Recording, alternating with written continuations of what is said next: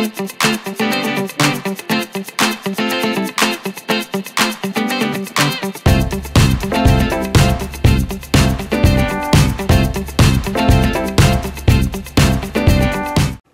аз съм Виктор Вълков. Аз съм Атанас Бакалов от Нахрани.me. И днес с вас ще направим една много лесна салата с киноа. Необходимите продукти са пилешко бонфиле или пилешки гърди, киноа, лимон, лайм, сол, люто чили, авокадо, мед, една зелка или по-скоро айсберг, грейпфрут, чесън, зехтин, кориандър и марганос. Ще ви трябва и една купа с една цетка. С цетката ще измием киноата, а после в купата ще смесим цялата салата. В купа пълните студена вода.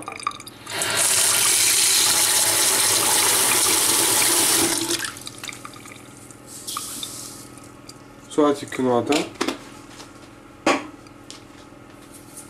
И така и разбърквате.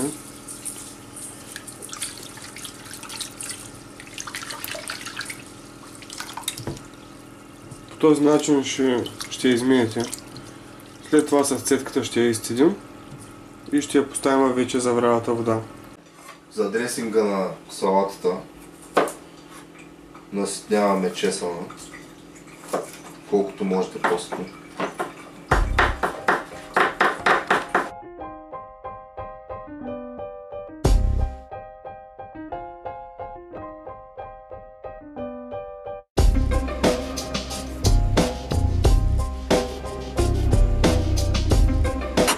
Трябва да е наистина добре нарязан.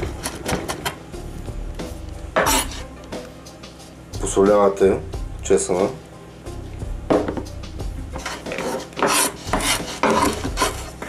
И го слагате в купа. След като е завряла водата за киноата,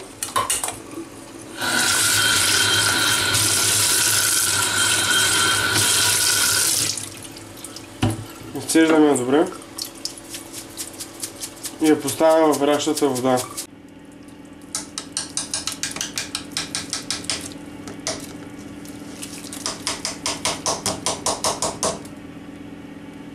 Внимателно да не стане цялата пичка в киноа.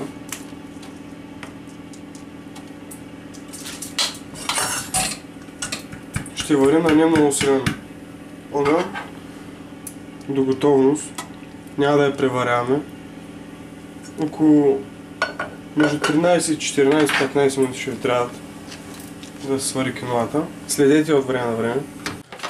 Така, срязваме лимона и лайма и ги изцеждаме, разбира се, с цетка. Мерси, Виктор. При чесъна.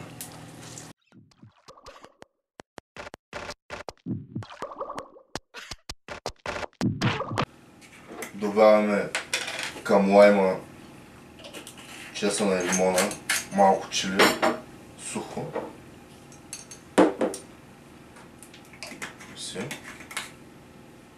Малко зехтин.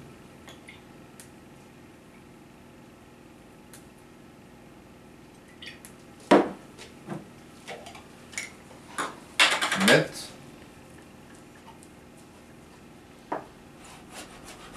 И кориандър и марганос.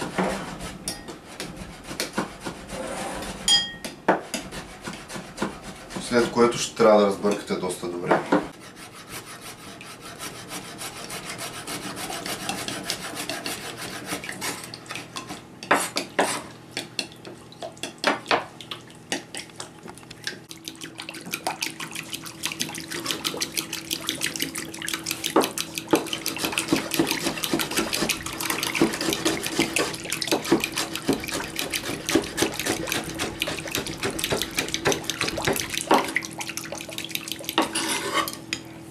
Ще поръсвам отгоре по салатката. Аз ще обеля авокадото, а Наско ще нареже пилешкото бонфиле на тънки слайсове. След това ще го запържим. Когато изберете авокадото, гледайте от горната част да е меко. Не е ли меко, ако е твърдо, значи не е озряло. И не е много хубаво за ядене. В момента имаш такова в магазина. Леко твърдо е. След това ще го нарежем на полумесеци, на големи парчета, но за една хапка.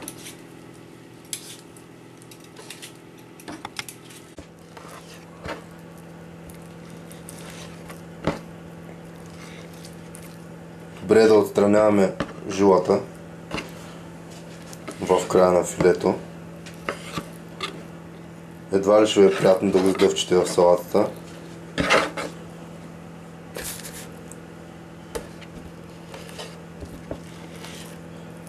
Затова е добре да го премахнете. Сега ще ви кажа как може да разберете киноата дали ви е сварена.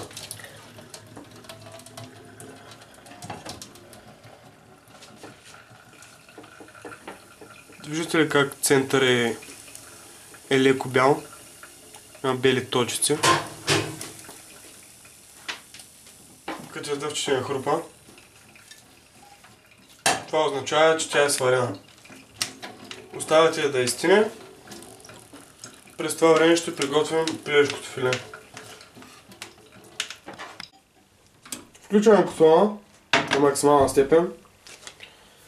Прибавяме малко мазнина.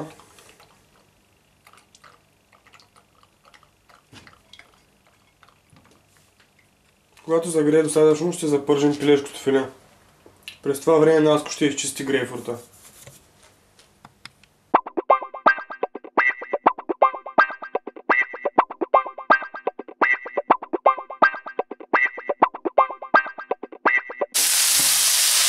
Пържим месото до златист цвят, без да иззълтява.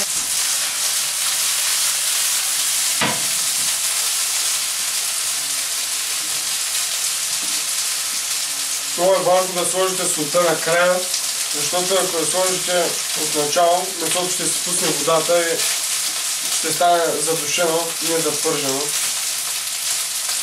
Вече като е полуготово, ще му хвърлим 2 щипки сол и ще го разбъркаме добре.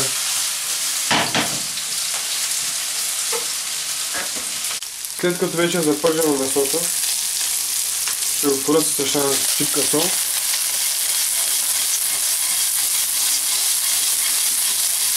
Ще го объркам хубаво и изключвам котлона.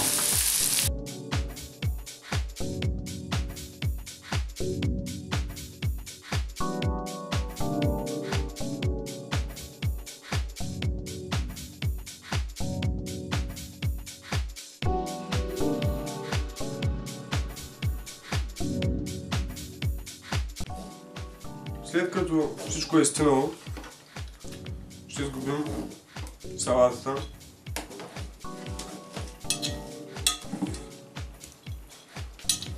Прочетете рецептата и си преценете за колко души ще готвите.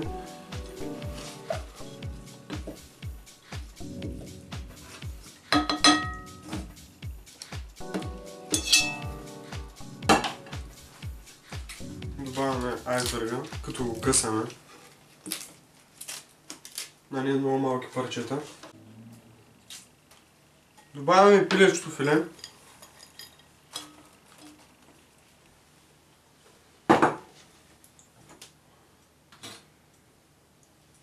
Вкусяваме с дресингът. Разбийте го преди да вкусите.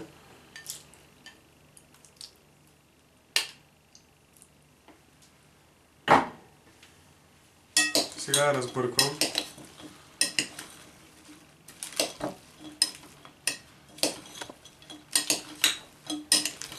Може да я пробвате да проверите дали всичко е достатъчно.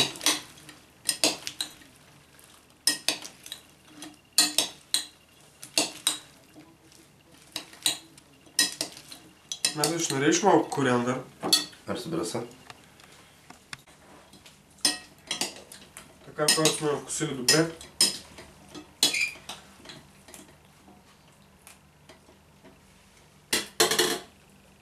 Ще прибавим грейпфрут. И я бърках с него, защото да не се натруши, да не се смачка.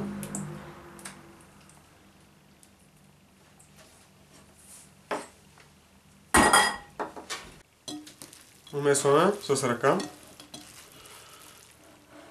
Слагаме в подготвената чиния.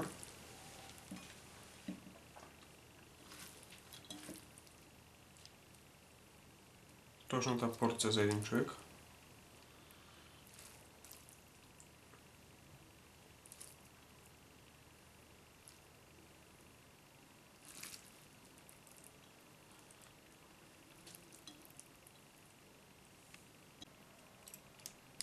Слагаме малко пармезан.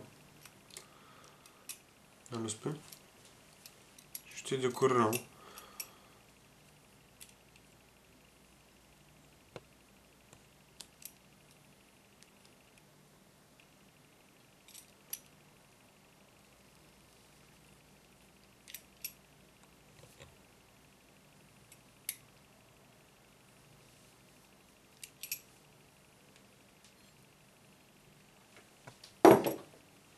Поръсваме с магданоси кориандър.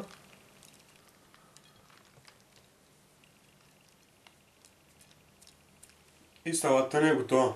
Надяваме се да ви е харесала нашата рецепта за салата с киноа и пиле. Да я пробвате у дома, абонирайте се за нашия YouTube канал, посещайте сайта ни и ако не сте харесали страницата ни до сега в Facebook, направете го. Чао! Благодарим!